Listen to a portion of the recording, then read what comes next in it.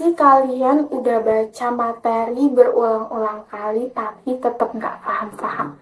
Atau sebaliknya, kalian bisa mengingat hanya karena hal kecil yang dihubungkan dengan pengalaman kalian sendiri? Nah, itu bukan karena pintar atau tidaknya kalian, tapi tentang bagaimana otak kita bekerja dalam belajar. Yuk kenali teori kognitivisme, bagaimana cara otak kita bekerja dalam memproses informasi.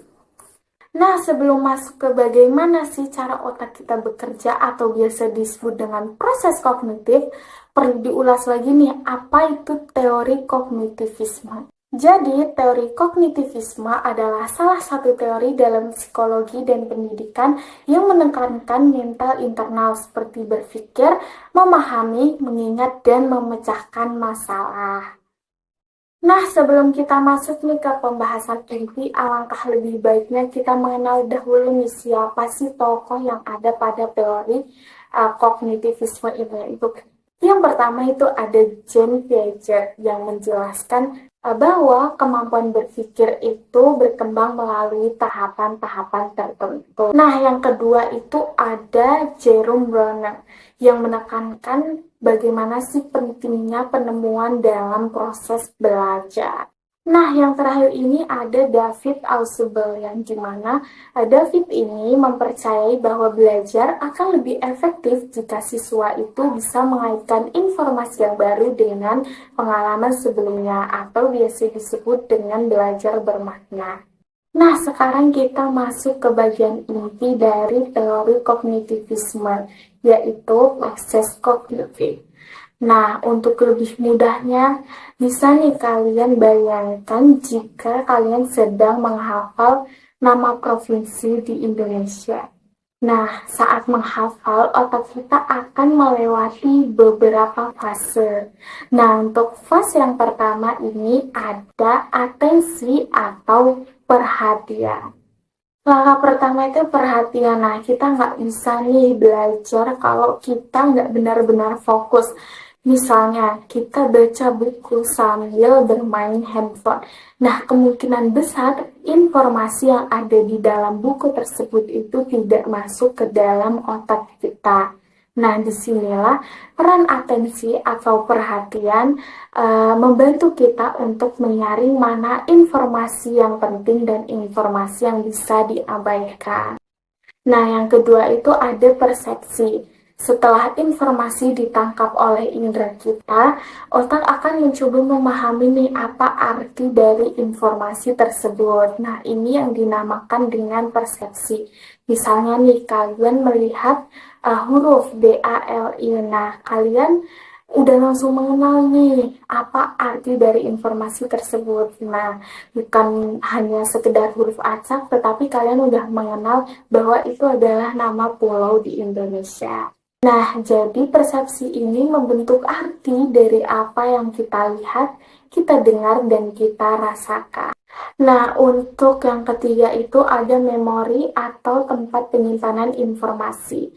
Nah, informasi yang tadi sudah kita perhatikan, sudah kita pahami, akan masuk ke dalam sistem memori yang dimana sistem ini terbagi menjadi tiga. Yang pertama ada memori sensorik, memori jangka pendek, dan memori jangka panjang. Nah, memori sensorik ini sangat cepat, hanya dalam hitungan detik informasi dari indera kita akan disimpan, lalu bisa hilang jika tidak diperhatikan. Nah, untuk yang memori jangka pendek ini seperti meja kerja otak yang dimana kita bisa menyimpan informasi sementara di sana sekitar 7 item dalam 15 sampai 30 detik yang dimana kalau tidak diulang itu akan cepat lupa.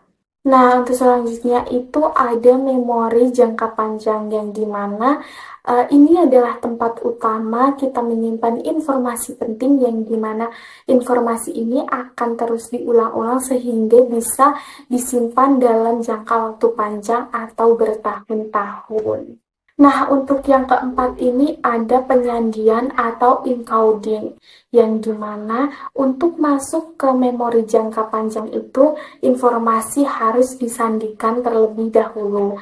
Contohnya, kalian menghafal kata Jawa Timur itu dengan menghubungkannya dengan Jatim, seperti itu. Atau kalian bisa menghafal nama-nama provinsi melalui lagu-lagu. Nah, ini yang disebut dengan penyandian atau encoding. Nah, untuk yang selanjutnya itu ada penyimpanan dan pengambilan kembali. Setelah informasi disimpan, itu informasi bisa kita ambil kembali saat kita membutuhkan.